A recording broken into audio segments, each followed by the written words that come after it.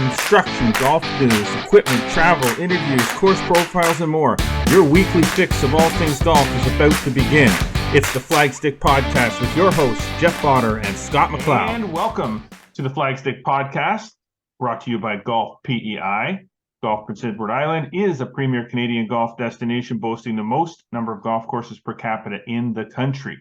With over 400 fairways closer than you can imagine, top-tier accommodations, and exquisite culinary experiences, it is, in fact, the easiest golf vacation you will ever book. Book golf vacations and tee times at golfpei.ca. Hey, bud. Welcome back. Welcome back. Scott McLeod. How are you? I'm wonderful. I'm glad we're fun. It seems like we're always juggling to figure out a recording time. We're always juggling to kind of, okay, we're doing it now. Yeah, we missed a week and we're going to talk about what you did. Yeah. Quickly, we're going to get into that. But and then stuff happens during the week. It's like, oh, Scott, are you good for Friday? Kids got a snow day on Thursday. The internet's this and that, and it's like, okay, so we'll do it on Saturday and. Okay, but I can't do it then because I got to take this person here and do this. It's like, life happens, man. Life happens. It does indeed. It's all good, but we're here now. That's all that matters. Before we get into things too much, let me just remind people. Remind us. We need to remind you. Make sure that you're following us across all the social media networks: Instagram, Twitter, Facebook, and subscribing to this podcast on Spotify, Audible, Google Podcasts, and Apple Podcasts. We really, really encourage you once again to subscribe to the YouTube channel, like us, and click the notification bell to make sure you don't miss a single episode of Flagstick Podcast, especially the video-based ones that we do post on YouTube. Like us, click the notification bell, make sure you don't miss a single episode, and we've been adding again some more unique content, and we're going to continue to do that throughout the year. So good idea to subscribe to YouTube, contests, so on and so forth. So there you go. Got my little spit in there. My little spit. Great show that we have lined up this week. We're going to be talking with a little interview with Greg Chambers from the National Golf Course Owners Association to sort of tee up golf term, tee up the Ottawa-Gatineau Golf Expo, part of a series of golf expos across the country, back in person this year. And on the back nine, we're going to dive into the little Netflix series, The Full Swing. We both had a chance to watch it, and we're going to talk about it. And we're not going to give a whole lot of stuff away because we're sure that most people have not necessarily seen all 8 episodes yet, but we're going to talk about it. So spoilers ahead. If you want to hear what we have to say, then listen. If you want to keep information to yourself until you've seen it all, well, after you get done the front 9, then just wait, go binge watch the rest of it and then listen to the rest of the podcast. There you go. Scott, you just got back from LA. I did. Los Angeles. I'd like to say it was hot and sunny, but it was sunny. They've actually got. I don't know saying something anyway. I don't know if you watch the weather much or anything, but I think they've got a blizzard warning in Los Angeles County on right now. I saw and now it's in the county. It's not in LA itself. No, but still, but not I can what you expect. No, it's the first time I think in 32 years or whatever. But I can tell you when we were there, and it was by the good graces of our great partner for the Flagstick Open Amateur Championship, Adidas Golf, one of our partners there, going down and seeing some new products and things like that. But I'll tell you, an hour out of LA, out in the San Joaquin Valley, they had the California Highway Patrol is like leading cars on the roads. They had suggesting chains for people's cars if they were going out that way. It's on the other side of the mountains there. There was ice all over the road. We had about 11 degrees was our high, so it wasn't fabulous, but I mean, big wins. So did manage to get one round of golf in, and 11 degrees and 55K wins.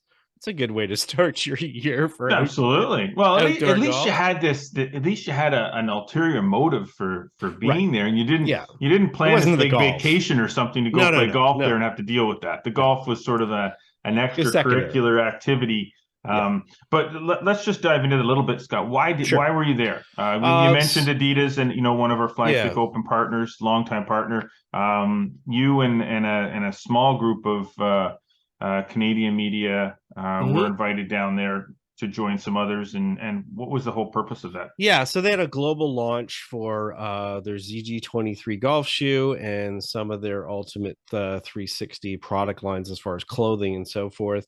Because it coincided with the Genesis Invitational, the PGA Tour event down there, they're able to get some tour players in there.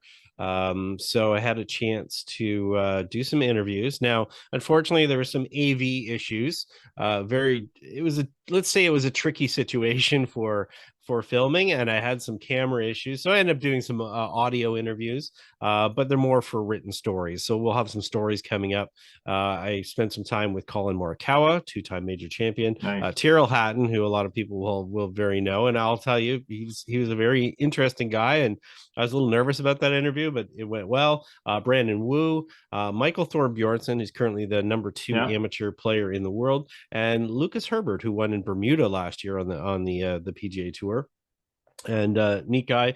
Xander Schauffele was there as well. And the other surprise in the room, which he wasn't there to do an interview, but it just so happened to be there.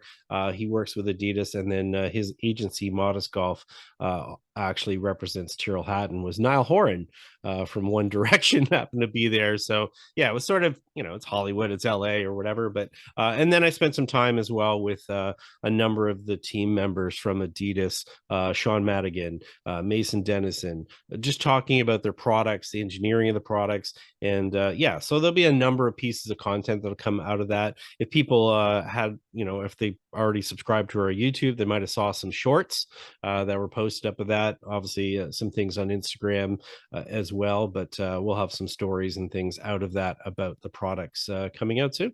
Cool. And I should mention that the front nine is presented by Metcalfe Golf Club. A natural setting, a pleasant challenge. Golf season may be closer than you think, although if you look outside, not so much right now. Don't wait to save on golf this season regardless. Buy a membership, join a league, purchase some game packs, and be ready to hit the first tee. Visit metcalfegolf.com to shop now. So did you get some gear? Like, did you get some new gear for that? I did. Did you do some try-ons and some testing? Yeah, I remember you did some testing once before with the and I think it was Adidas then too. Okay. And you had to they manufactured rain. Yeah, so that was in the fall when I was at Whistler. So is there any warm weather gear that you tested for this one? Actually, we did get a polo, a nice pair of pants. The biggest thing was the ZG23 shoes, zero gravity. Their 2023 version of them. Nice. Just testing them out. Obviously, get a full round of golf in those. Lightweight, high performance shoe. Cool part was during my round of golf I did play with one of their product engineers, so we had lots of in-depth discussions about the shoe design, and it was more in depth than, hey, it's a pretty color. There was a lot to it, and it was really interesting to have a discussion about, sort of the compromises that they have to make sometimes, and all the different things that go into, creating a shoe, especially one that is going to meet the needs of a tour player, but also, meet the needs of a general consumer as well. So interesting discussion on that. So that was the big thing, really testing. And then, like I said, having a look at some of the latest products as well. So wasn't a huge one that way, but it was more, a lot of information. Like I said, the interviews, unfortunately, I was about 23 or 24 hours into my day when we did the interviews. So, and they were designed to be sort of 5-minute interviews. And so I had 10 interviews to do in less than a 2-hour period, with another presentation that was happening in between. And after being awake, I think I woke up at like 12:30 that day. And that was I don't know, by 7 o'clock LA time. So it would have been 10 o'clock back here. So I'd have been awake that whole time. So yeah, as glamorous as people think some of these trips and things might be, Yeah, not so much. There's some things that have to go into it from a work standpoint that, but I'm not complaining. I got a chance to get away from the snow for a little bit, and yeah, so it was a good trip, and thanks to Adidas for that, Jeff Feltrin, GM there, and everyone else that was involved. Cool. Awesome. Play Junior Golf Tour. Again, we are, going into I don't know how many years it is now as the official media partner with Play Junior Golf Tour. Yep. Really excited to see them celebrating their 10th anniversary season. And I had discussion with conversation with Chris Veldkamp, the founder and of the Play Junior Golf Tour. Actually, both our boys are into U18 hockey. Let me guess, it was at a rink somewhere. Yeah, we met it at the Bell Sensplex in Canada, Ontario, there for our meeting prior to his son's game. So it was the only time we're trying to connect, and we kept trying to connect. It's like, you know what? Why don't I just drive out and meet you at the rink? I mean, it's probably as easy as anything. So anyway, we went over some things, discussed some of their plans for this year. But one of the things he was really excited about was that he was about to get ready to launch the schedule, and lo and behold, as we're ready to record this podcast, we have the schedule in hand, and there's some good great venues. Honestly, some great awesome venues. Single day events, which is great, but awesome venues: Rideau-View, Black Bear Ridge, Amherst View Golf Club in Kingston, The Landings in Kingston, Prescott, Trillium Wood, Equinel, Upper Canada, Smuggler's Glen, Ottawa Hunt. Tell me that one won't be a sellout. Carlton Golf and Yacht Club, and Cataraqui. Yeah. And I know he's still working on some other little things here and there, but this is the initial schedule, which you can find this schedule at pjgtour.com. And I believe we also have it posted to flagstick.com if you happen to be frequenting there more often than you're frequenting PJG tour site. Yeah, so. I mean, it's a great schedule. I mean, if you think of it, back in the day when you're a junior golfer, if you got a chance to, I mean, let alone adults, wanting to play all these events and looking at the lineup of the golf courses, a number of private courses obviously involved there, higher end resort courses, just, again, kudos to the golf courses for having the willingness to host these events. I mean, they're super, super important. We have to remember that, the PJGT, is a continuation. It's a 10-year anniversary for Chris running it. And then, it was a number of years ago where, he basically took over what was the St. Lawrence Tour before. So, the heritage of this tour really goes back longer. And if you start to look and think of the players that, came up on this tour, the Brooke Hendersons of the world, the Matt McQuillans, the, John Mills, these are all players that played on this tour and had success. Noah Steele, there's another, who ended up winning a Canadian tour event. These are all players that have gone on. Carly Mayer, who just won the Ontario Women's Amateur last year, 14, who could still play in these events. That's true. These are all these players that have came up via this tour. So it's a really critical pathway for players to come forward in the competitive golf scene. So, to have these clubs step up is really good, to get people behind them, sponsors, everybody.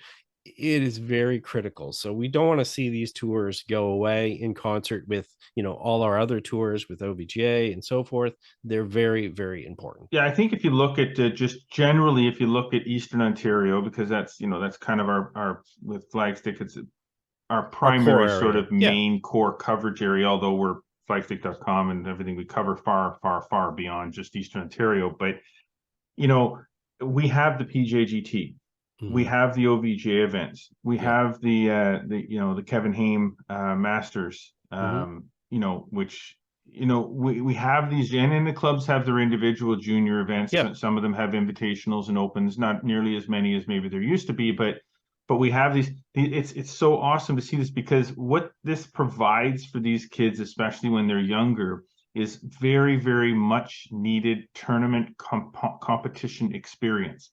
Yeah. And this is something that I know a lot of juniors, we'll call them homebodies a little bit. They tend to stick around their club and play with their buddies as junior members at their home club.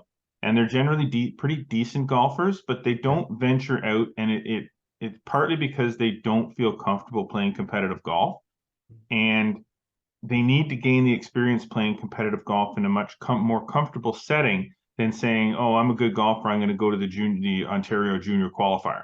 Yeah. No, you don't. You don't want to just, cart before the horse, people. You don't want to just jump into going and playing high level tournament golf, because it is stressful for the kids. There's no question. So that's why tournaments like the event that Jeff James does down at Loyalist. The Loyalist Showcase. The Loyalist Showcase. Awesome event for junior golfers, because it's a 2-day or two that they get that, and it's very loose, but it's by the rules, but it's very loose, especially for the younger kids, having the chaperones with them. And then PJGT, single day events, lots of divisions, great golf courses, well organized. That experience is invaluable. Yeah, especially at the young age, where they're just getting into it, because they can get 2 or 3 years of these kinds of things under their belt before they go diving into Ontario amateurs and things like that. Man, that's I talked about it a fair bit last week. Actually, I'd put out a tweet and talked about it as far as being a critical part of the development pathway. And, that tweet was, retweeted, shared, liked by, our national team coaches, our ID coaches, a ton of other people. And part of the reason is, as you said, a lot of people obviously are, they think of the provincial and national events as being glamorous. So, I want my kid to play there, but there's a natural pathway to get there. And, if they go and all of a sudden they're put in that situation, it's like taking a 14-year-old and tucking them into the NHL. They're not ready for that, right? Yes, they are. Ask any parent. Yeah, exactly. So the thing is that this is an important part of the pathway. And it was a pathway for those players that I mentioned previously. They need to play in these events, get used to playing in tournaments, get used to winning at these tournaments. If they're not winning at this level, it's very rare that they're going to obviously be prepared to win at a much higher level. So don't just skip a step because it's glamorous. This is where you really cut your teeth and get the experience to know how to be confident, how to finish off a tournament. I mean, it's not easy. It doesn't matter what tournament it is.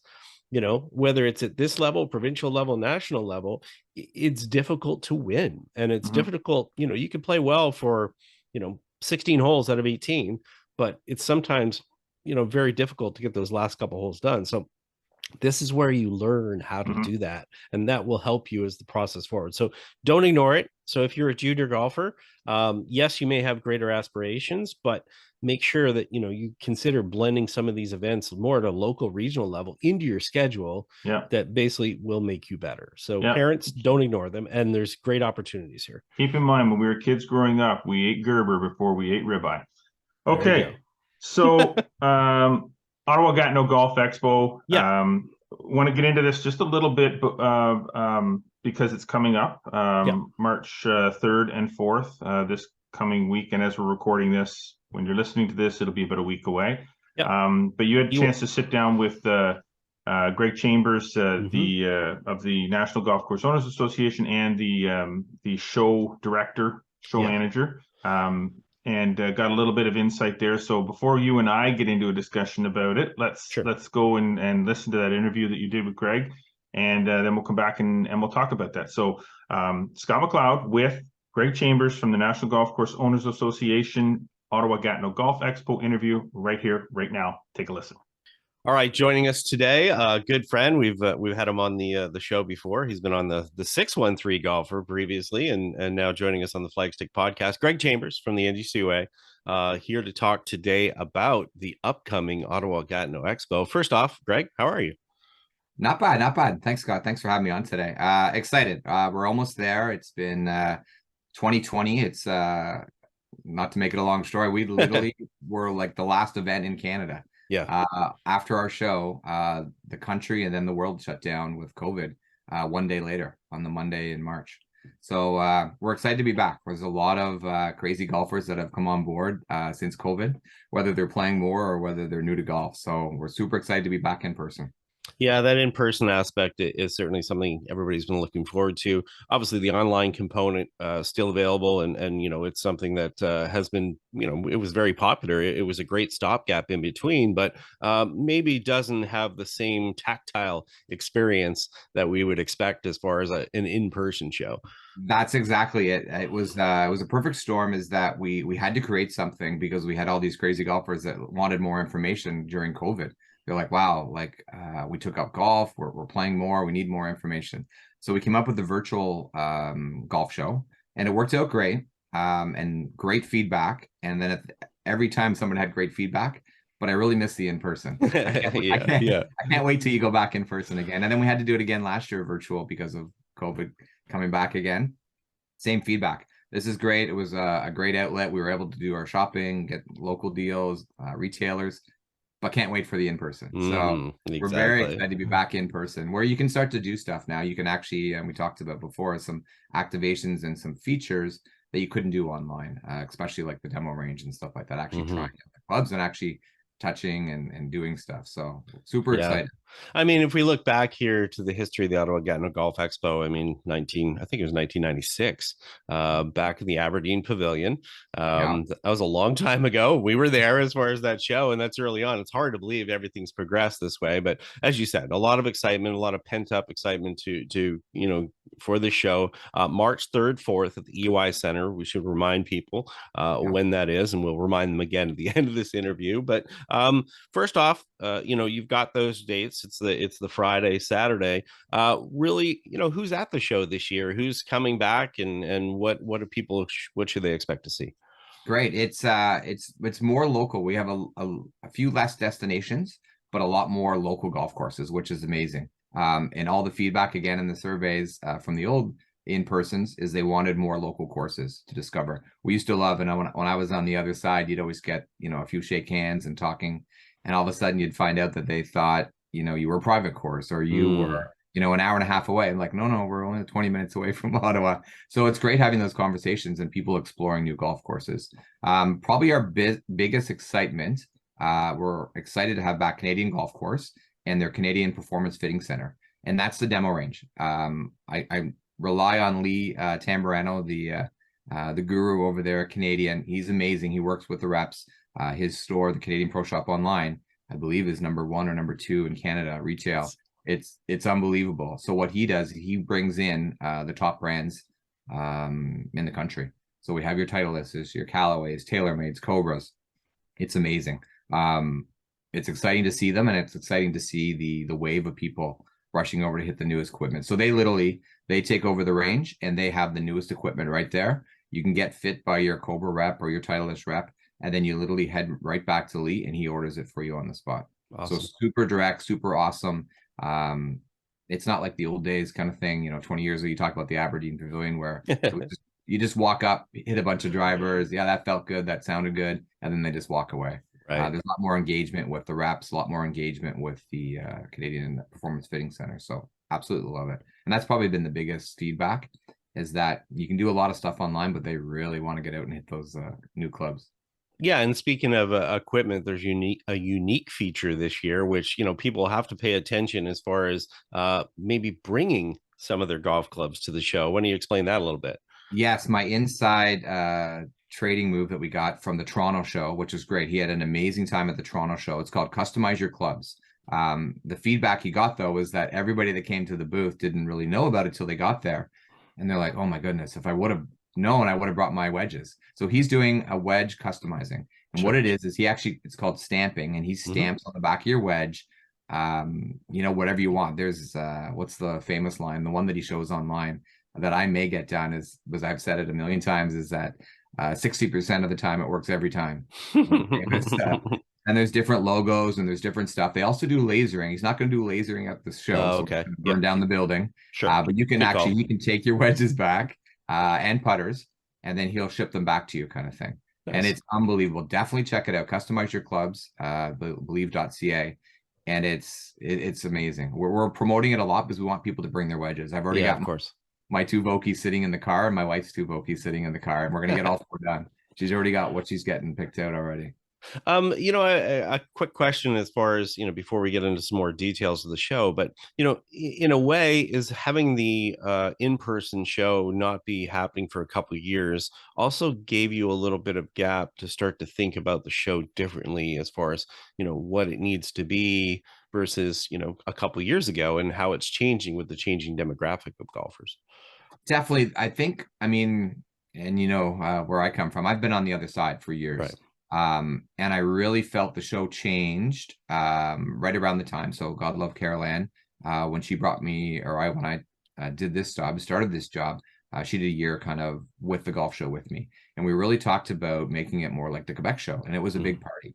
I really want it to be a big party. People are coming, instead of coming for 45 minutes to an hour, they're actually spending 2.5, 3 hours and making a night of it, a day of it, and experiencing everything. So it's not just a bunch of booths to come and get some information or buy your golf for the summer. There's a lot of activations. So we have Golf Ontario is doing women in golf. They're doing free lessons for women. Todd Kierstead is doing a 10-minute session with people for free. And he's doing a quick video and then breaking down your swing and giving you a quick tip or telling you to go see your local PGA professional. We have the Ottawa Senators. They're there this year. They're doing some activations and a promotion. We have the Brewers Retail, always a great place to hang out. Come check out your local craft breweries and sample some beer. Stuff like that where you're actually engaged instead of just walking around, getting some information and leaving. Yeah, I mean, that's obviously the secret to, shows like food and wine shows and things like that. You can't get those things online. So these activations are really what the value of the show is more than anything. Even things like the teaching stage and having, the opportunity to sit there and interact with, teaching professionals, hear them give their, discussion points, but then maybe afterwards having a little quick chat or whatever with them as well.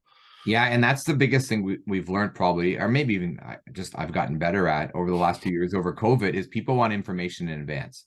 It's great when you show up to the show and you just dive right in and experience everything, but they want to know what's going on. So we have our two things that we've promoted well in advance this year. One is our teaching stage and one is our auction. So our teaching stage, we've posted all the schedule and who's coming. So we have Todd Kierstead, Tyler Fitzgerald from Carlton, Evan Bett, Swing Fit. And I don't know, Scott, if you know a guy, Derek McDonald. Yeah, I think you do. Yeah. So Derek from rural Ottawa, our 2021 and 2022 PGA Teacher of the Year. So great to have him. We're super excited, super stoked. I hear he might even drag me up on stage to be a hand model of some sort. I don't know. We'll see if I agree to it or not. But this is what you don't want to do. yeah, exactly. I'll show the bad and he'll show the good. And that's great. Like you said, that you've got lots of people that way. The people should really prepare to kind of come, travel around the show, see lots of different activations, but also realize that these things are going on continuously, and even to come back for a second day if they kind of miss some of the things on the first day. 100%. You stop in at the show office on the way out, and if you want a free ticket to the next day, we'll do that for you. That's awesome. That's awesome. We get a lot of people that want to come back to the auction after experiencing it, or same thing, they want to see somebody on stage. They want to see the same teacher again and ask more questions, or they want to see somebody different that wasn't there, that they missed the first day. So yeah, stuff like that. So the auction is online now too. Yeah, I was gonna ask what's the process as far as the auction, and what should we expect as far as items for the auction? A lot of local courses, which is amazing. So all the courses in the city that are at the golf show have bought in. They're donating some stuff. So 2 green fees is the most popular. And we rattle through. There's 2 auctions. There's one on Friday night, 6:45. There's another one on Saturday at 2:00. Again, all the items are listed in advance. And again, the eye opener right before COVID was people came with printouts, and they had listed what they wanted and circled and maybe put their maximum price, and they literally bought their golf for the summer kind of thing. So it's great to see that, and it's entertaining. I hate to say it, but it's absolutely entertaining. Listen to people, back and forth and trying to outbid each other. So they're golfers, man. They're golfers. It is, and that's on the teaching stage as well. So that's one of our key features, kind of thing, on the Friday night and the Saturday afternoon. And when we talk about tickets and so forth, how do people go about getting tickets? What are we looking at for pricing? Let me hear the rundown. Yeah, for sure. So it's on our website, so CanadianGolfExpo.ca. You can find us from there, but it's actually /OGGE. So Ottawa-Gatineau Golf Expo. So CanadianGolfExpo.ca, OGGE. But once you land on there, you'll see quickly that you can go to all the different shows across Canada. But there is a virtual component after our show, starting March 6th to 12th, where the main feature is a big auction. We're promoting all the local golf courses across Canada, but there is a large auction. So check out that as well after you come to the Ottawa-Gatineau show. So tickets are there. The tickets this year, we dropped down the price down to $10. So the parking, because there's other events going on, there's no free parking this year. So I believe it's $10 a vehicle on the Friday and the Saturday. So what we did is we dropped our prices down from $10 from 14. Try to help people out, make it a little more affordable. We really, to be honest, we're sold out exhibitor wise.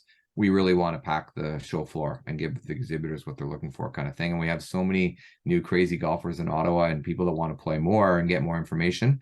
So we want to have them all show up. So definitely come check it out. For $10, it's super easy. Yeah, I mean, what else are you going to do on a March day in Ottawa as far as golf? We're looking forward to being back there. Obviously, 27th year, hard to believe. Looking forward to seeing the golfers. I know you are as well. It sounds great. Like I said, just really looking forward to it. We're great to have Flagstick on board again as well. First booth you will see on your left as you walk in. So you guys will be the official greeters, I guess.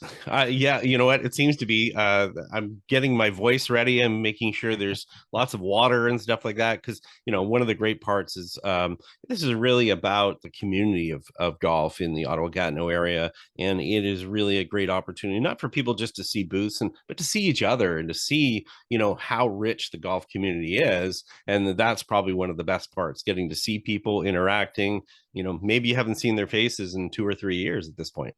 Yeah, and that's exactly it, is that and again, being on the other side of it, so kind of a public tournament heaven course, and then also a semi-private golf course. I've seen both sides, and I've also seen the show. And not to have my cake and eat it too, but I really want to have every golfer there and every kind of golfer. So you have your beginners that are checking out. We have 2 large retailers. They both offer different stuff. One is kind of offering more of the high end last year's models. So you can get your, the greatest, newest thing kind of thing from last year. And then we have kind of the liquidators that does different stuff as well, clothing, shoes, all that kind of stuff. So we want the private course member that wants to come out, check out what's new out there, but also maybe look at destinations or look at stay and plays at different places, but also the beginner golfer that just wants to learn about what courses are here in Ottawa. Maybe pick up some balls, pick up some shoes, different stuff like that. And really, you talked about it, the whole golf community. Perfect. Great. Well, thanks, Greg. Looking forward to it. And we'll see you on March 3rd, 4th. Okay. One more plug before we go. Sure. I got to mention the Ottawa Golf 10,000 putting challenge. Oh, yes. Yep. $10,000 putting challenge. Everybody coming to the show with your ticket, again, kind of a value added. Everybody gets a free putt this year. So for the $10,000 putting challenge put on by Ottawa Golf, there is a chance that if you're buying a ticket at the putting challenge to play for the $10,000. Nice. Well, so there you go. Definitely have to check it out. Definitely have to take a chance. Everything golf and some opportunity to win 10K. You can't really beat that, can you? 100%. Awesome. Thanks, Greg. Appreciate it. We'll see you soon. Thanks again for having me, Scott. All right. Awesome. There you go. Awesome. Everything you need to know. Well done. It's a good interview. Greg is getting better and better. He's getting more comfortable with it. That's for sure. Put a microphone in front of the guy for a number of years, and sooner or later you become somewhat of a professional out of it. Yeah, no, really good, really good discussion. I am kind of looking forward to it. I got to be honest with you, like straight up off the top, cards on the table. No Pinocchios here. I'm still a little skeptical, but I was very skeptical, very sort of hesitant jumping back into the in-person, and not because of COVID or getting sick. No. Realistically, it's a trade show. Sure. COVID or not COVID, people get sick. Shaking up hands, stand in front of enough people, there's a really good chance that you're going to get sick. Yeah. So just put that aside. It's not about that. It's just about the appetite for something that has been gone for so long. And, 2 years is not 3 years, I guess. Mm-hmm. It's not a long time, but it's long. It's a long enough time in this industry to change the mindset and the interests and the habits of the consumer. Yeah. So what and I know the Toronto Golf Show just happened, and I know the discussion is kind of mixed about that, saying, they had lots of people, exhibitor numbers were down, variety of exhibitors were down a bit. So what does that mean to the consumer, that if there was a lot of people and there wasn't as much or as good a experience as there was prior to COVID and all that, do they come back next year? Does Ottawa potentially suffer the same fate, or is it going to be better? I'd say there's a couple things that are notable, and Greg didn't get into it specifically because he wasn't trying to throw Toronto under the bus or anything this way, but Toronto didn't have a high level of golf courses involved, where I'd say the Ottawa numbers are actually almost double as far as the number of golf courses, just me looking through it. And the other side of it too, as you probably heard in the interview there, there's definitely a refocus on activations. There's a refocus on the in-person experience and how that has to change, which is something we've talked about over the years. Many and the fact that, wine and cheese shows are successful because people go there to taste the wine and cheese. They're not just reading about wine and cheese on the internet, going in person and finding out information in person about the wine and cheese. It's actually the experience. So as Greg mentioned there, there's definitely a greater emphasis on activations and working more towards that. Is it going to be perfect this year? Nothing's ever perfect, but that's where they're working towards, between the range, teaching stage, lessons, brewer's alley, all the different things that would make it better for a person to take the time to be there in person rather than going, I can get that information online. So I guess that's a good direction. It's always the thing. It's like in the past, we had the seminar stage, we had the driving range where people were able to try the equipment. It was always the same 6 manufacturers on the range. We had the craft brewery area. We had in the past, the kids areas and stuff like that had become less and less, interesting or exciting.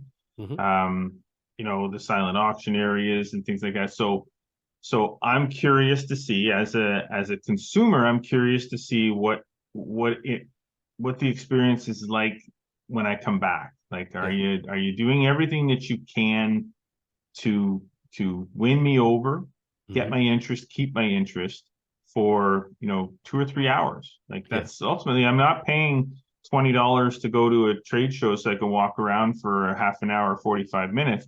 And I can tell you right now that it's going to be a different, my opinion. Again, it's all opinions because it hasn't happened yet. Right. I don't think that I don't think the offerings from golf courses is going to be quite the same. It could be a little bit different than in the past. Yeah, I agree. I don't know that you're going to see a lot of the really, really deep cut 2-for-1s and things like that. No. I think you're going to see more packages, whether they're at some places having stay and plays like Smuggler's Glen, or even Renfrew, places like that, Quebec side, whatever.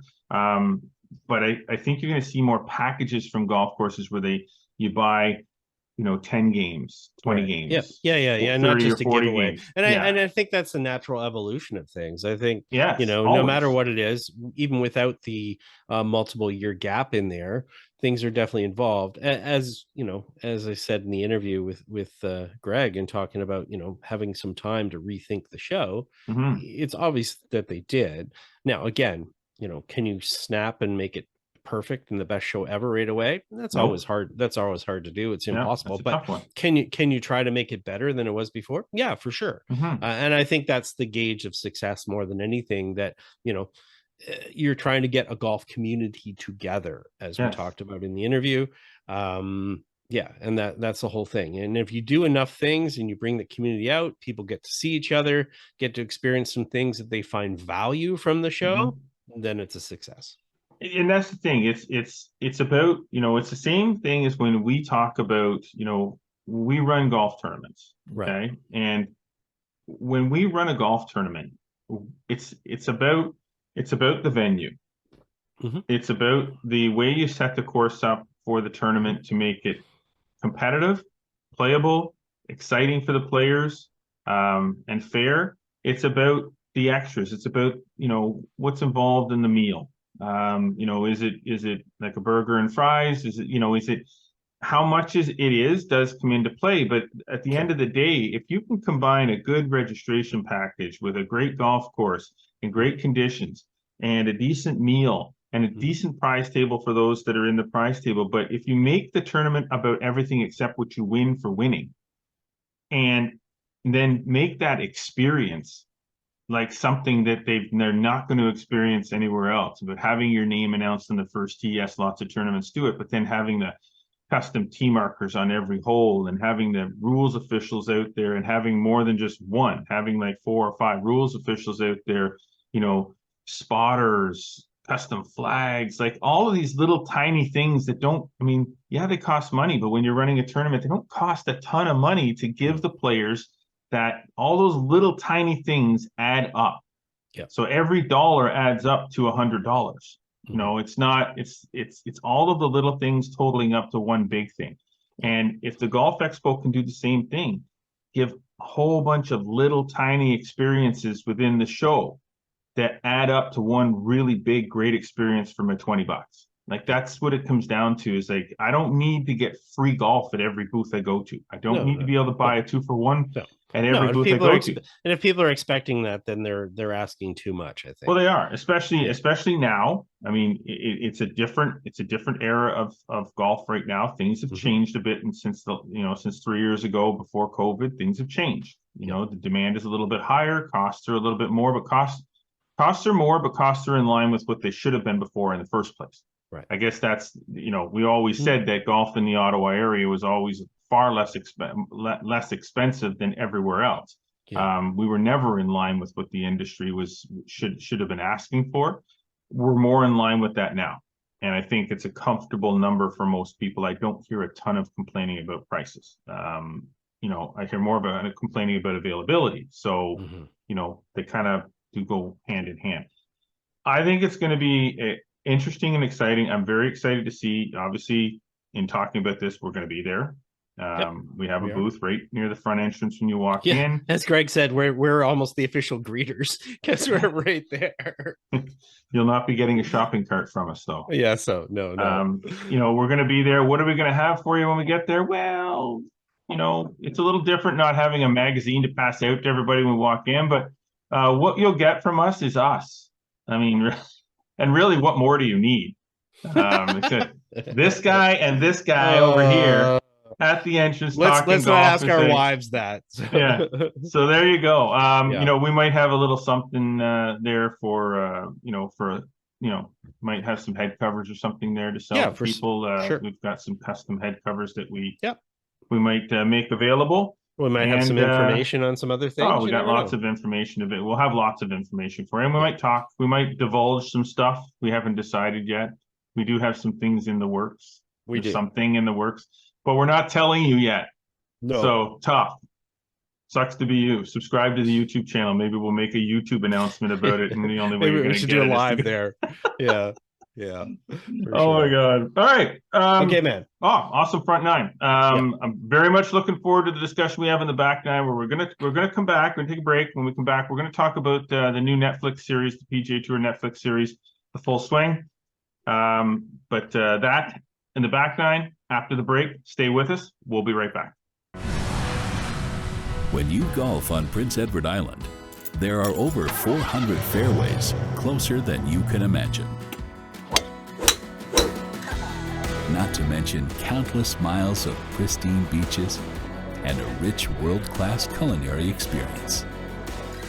So get here fast, then take it slow and play around on Island Time.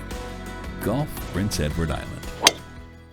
All right, and we're back on the Flagstick podcast with Jeff Potter and Scott McLeod, and we're going to dive into our back nine. Our back nine is presented this week by Golf Sim Gurus, as it has been for quite some time. Thank you to them. Work on your game all year round in the privacy of your own home. Custom golf simulators, setups built to your specs to fit your budget. Visit golfsimgurus.ca to learn more.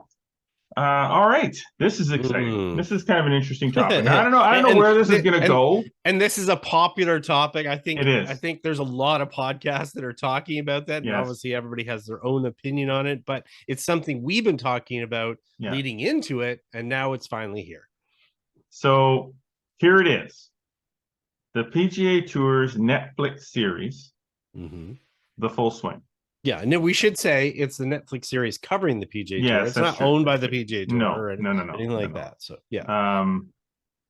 They've done 8 episodes are complete. Yeah, so season 1. Call it season 1. We talked about it before. We talked about, okay, are we going to watch it? Are you not going to watch it? We said we were going to watch it. Obviously, we're going to watch it. It'd be stupid not to watch it to see what's going on. I think my specific statement about it was, I'll like it if they open the door and show us like really be transparent with the episodes. Like don't make it a big promo for the PGA Tour. I didn't want to see that. I wanted to see some goodies. I wanted to see some really open, transparent so what's your general, and again, like, this is obviously subjective. These are our own personal opinions of what we like, didn't like, or whatever. Yeah. How did it meet your standard when you're talking about what you just said? 50-50. When it comes to the episodes, 8 episodes, I would say 4 of the episodes, I felt I was kind of sucked into a little bit. Okay. And 4 of the episodes really didn't do much for me. They were okay. And without getting into specific subjects, and we can in a bit, why did those suck you in and the other ones didn't? Because the ones that didn't suck me in were kind of, I guess maybe because it didn't, what they talked about did not surprise me, so it didn't interest me. So right off the bat, just being specific about episodes, right off the bat, episode 1 almost lost me for the series, except I was going to listen to it anyway, because everybody knows that Jordan Spieth and Justin Thomas are best buddies. Boys. They played golf. They're buds. So nothing about any of that, other than flying on private jets and living the life of kings. Yeah, none of it did anything for me. Nothing. I know that they're buddies off the course, and they both want to win on the course. Woo! Thanks for sharing some insight that I didn't already know. Yeah. So frenemies, I guess they're frenemies, but really, do you think is this the sort of challenge though? I mean, and I think you're right. This first episode really established some things that are divisive about the series, and the fact that it is season 1. Netflix is obviously trying to reach a certain audience. Yes, but the audience here is very diverse between the diehard golf person, media person that's around the game versus the, general consumer, maybe somebody who doesn't pay attention to golf all the time. And I can tell you, I talk to people all the time, and I make assumptions that they know about certain things, but they don't, because they just don't pay attention to it, or they don't watch golf or whatever. Is that one of the challenges though of doing a show like this? Because, trying to make it a deep in the weeds documentary is really, really hard, right? Because all of a sudden you lose people, because it's like, whoa, it's like me getting into the weeds talking about TrackMan data with somebody when all they need to know is something really simple.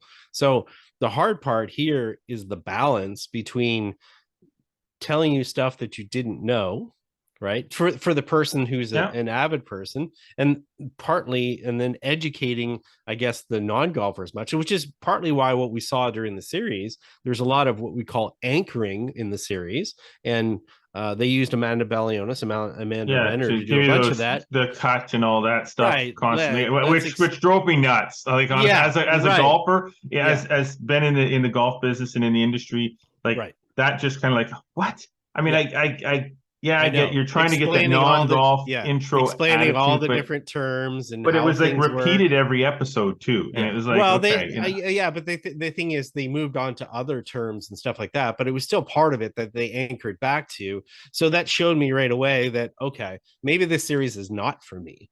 Maybe this series is not for the avid golfer, although you think that would be the target audience. I would think that your avid golfer, the guys like you and I, and maybe not you and I, because we a lot of what goes on in these Yeah. are things that we're privy to. A lot of that Right. anyway, being in the media and being around these guys off the golf course, maybe a little bit more than some.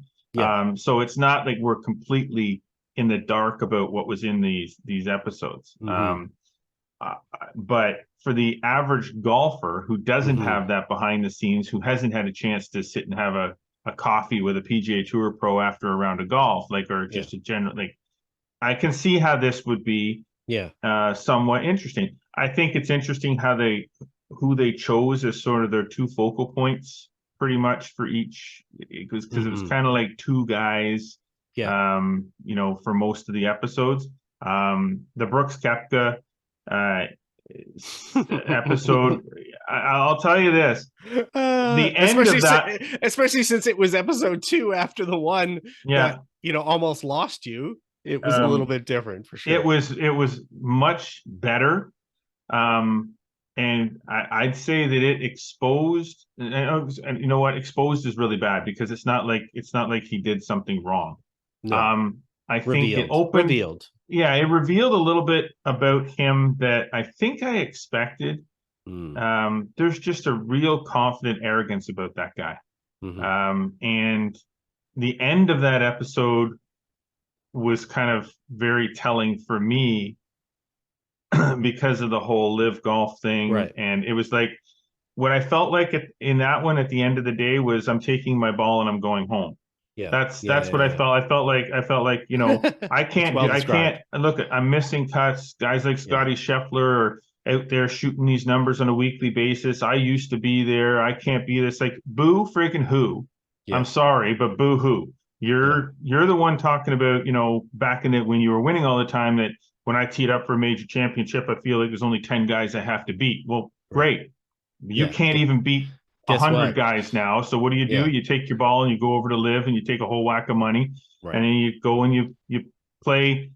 It doesn't matter how good you play, you're still making hundreds of millions of dollars. So great on you. That's awesome. But that's what I got sort of out of an episode like that, was like, okay, I'm not playing as well as I used to. Look at how well everybody else is playing. I can't compete anymore, so I'm going to go over here and take millions of dollars. Like, that's here's the thing. Subject aside, I mean, I was looking at this whole series in a number of different aspects. One, I was trying to look at it from the perspective of that, you know, that golf interested person, but not the avid person, and not somebody in our end of the pool.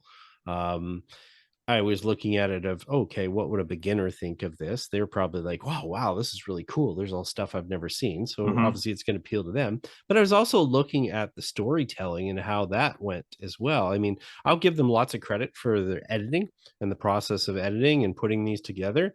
They got a lot of footage, and it's really complicated to try to dig out some narratives in this. And it's really difficult also to pull out some narratives that are somewhat original.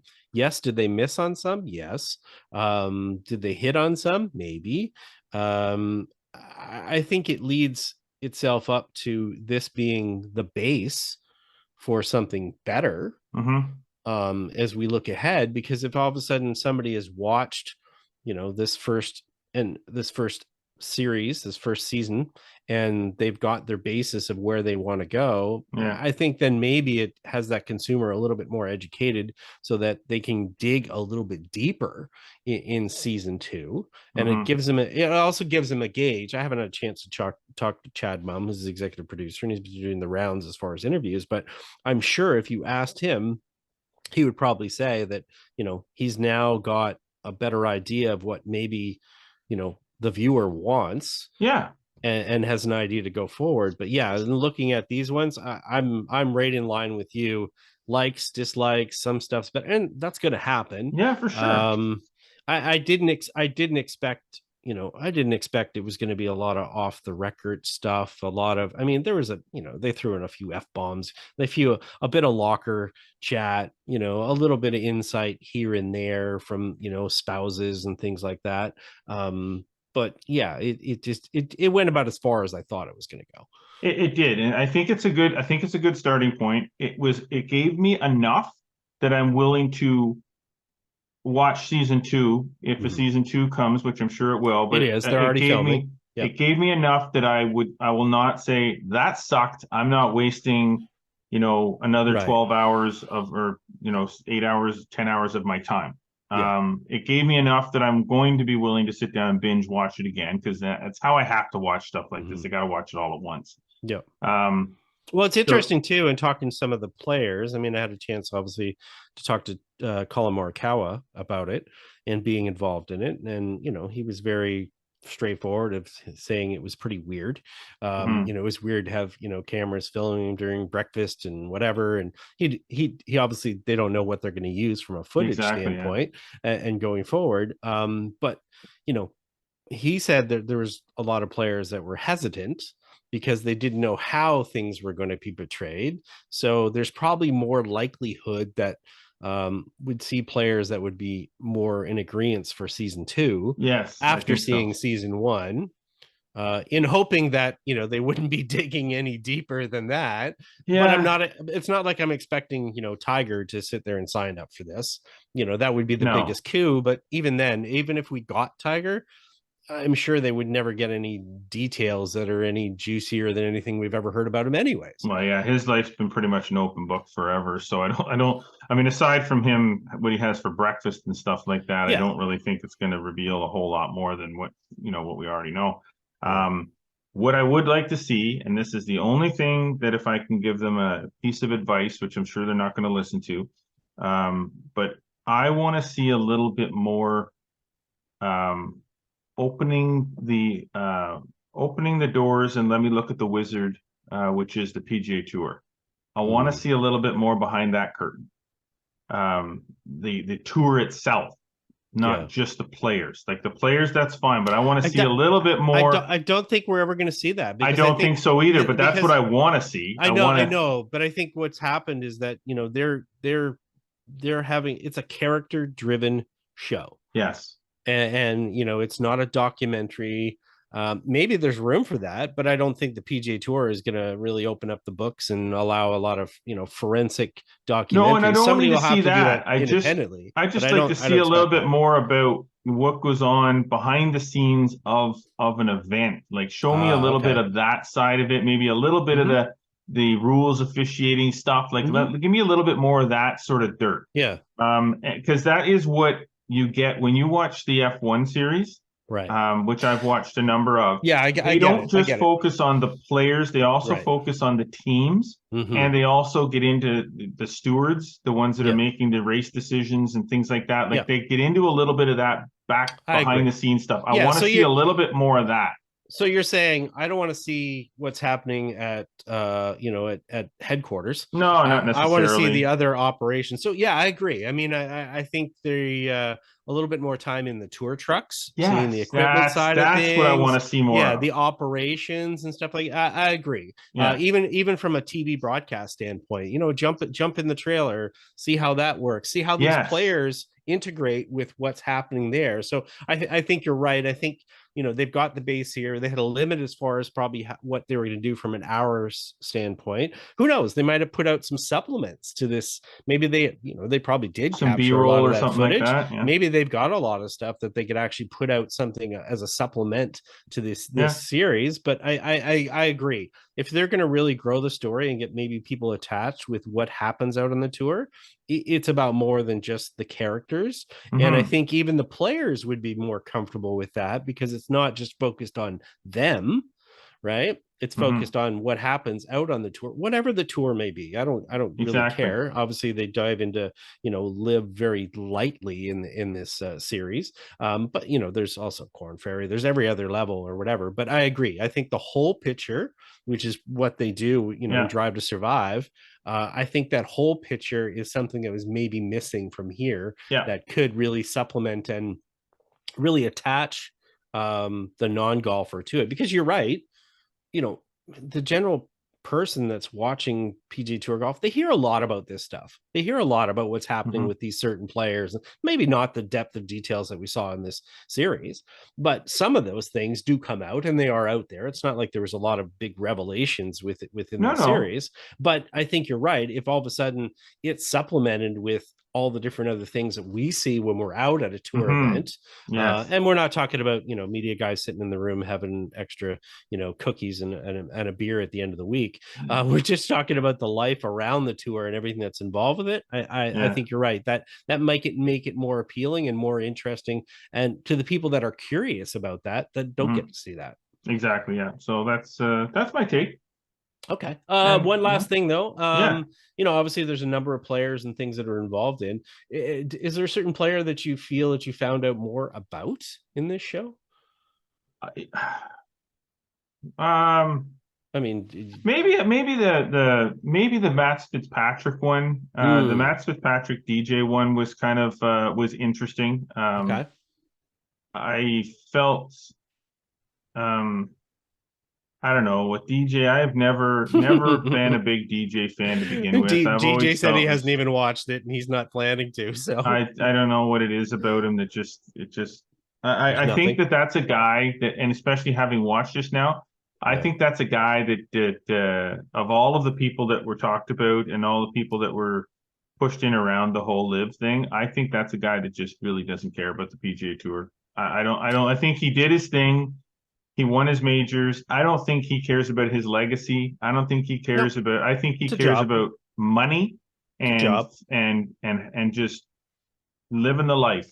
He married to Gretzky's daughter and everything like that whole. I think his PGA Tour career in his mind is behind him, and he's moved on to another chapter, and he doesn't really even care to look back. I don't think he's like some of the other ones that worry so much about the world. I don't think he cares if he plays another Masters. I don't think he cares if he plays. He can always qualify for a U.S. Open if he wants to.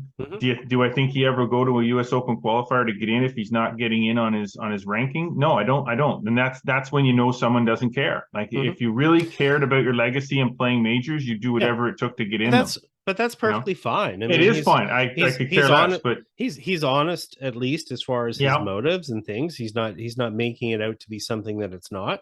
He's just what he is. That might be disappointing for people that wish for more out of them. But I think on the flip side of that, the Matt Fitzpatrick angle, that's a guy that's freaking motivated. Right. Which is kind of good. He wants champions. He's the opposite of where DJ's at in his career. DJ is at the other end of his career. And I had this argument with, and that's why it was a perfect episode. Yeah. I had this argument with my brother the other day because I said, DJ, was on his way down, and he's like, well, what do you mean DJ's on his? I said, look at the rankings before DJ went to live, where he was positioned, where he is now. Like it was already DJ's career, still an outstanding golfer. Sure. If he played on the PGA Tour, he would still be competitive, but he's not the next. He's the one going out. I think you're right, and I think that's why it was probably the episode I liked the most because I think it was contrasted perfectly in the fact that and American Dream's great title because Matt Fitzpatrick on his way up, trying to reach those American dreams and achieve those. DJ already got what he wanted. Now he's going the other way. They obviously contrast as far as the players are concerned. So great episode. I'm glad Joel Damon was involved. Fantastic guy. Everybody should watch that episode. Obviously had a fair amount of experience. Joel played up here in Canada. A lot of people know his story, but they'll get to know what he's sort of like, which is good. But I think I was just curious as far as if you felt you learned more about a player or got more out of it that way. That's where I'm at. Okay. Well, fair enough. So anyways, cool. We'll wait for season 2, I guess. Yeah. And if anybody wants to kick us some feedback of their own, after listening to this, if you got your own opinions about it, love to hear love to get your feedback on it. Something that we can discuss some of the feedback that we received on the next episode. Just send us an email, either scottmack@flagstick.com, jbarter@flagstick.com, or leave a comment on the YouTube page. When you see this episode, just leave a comment in the comment section, and we'll address it. We encourage that for sure. Awesome. Great episode. Great episode, Scott McLeod. Thanks, dude. But we're out of time. We are. Technically. We try to keep it on a usual time frame. We could talk forever, but there's only so much people want to listen to. This one might be a little longer this week because of the interview, but that's okay. It's all good. It's all good. Yep. Great episode. Okay. Well, we're going to shut her down.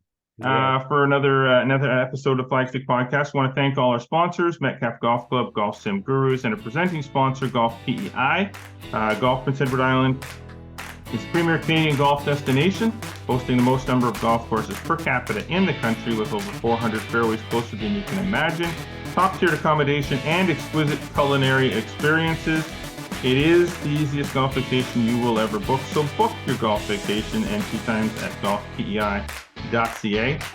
Glad you're enjoying what you're hearing and watching. Be sure to follow us across all of our social media networks with Flagstick, Instagram, Twitter, Facebook, and subscribe to us on Spotify, Audible, Google Podcasts, and Apple Podcasts. And do not forget the YouTube channel. Subscribe to us on the YouTube channel.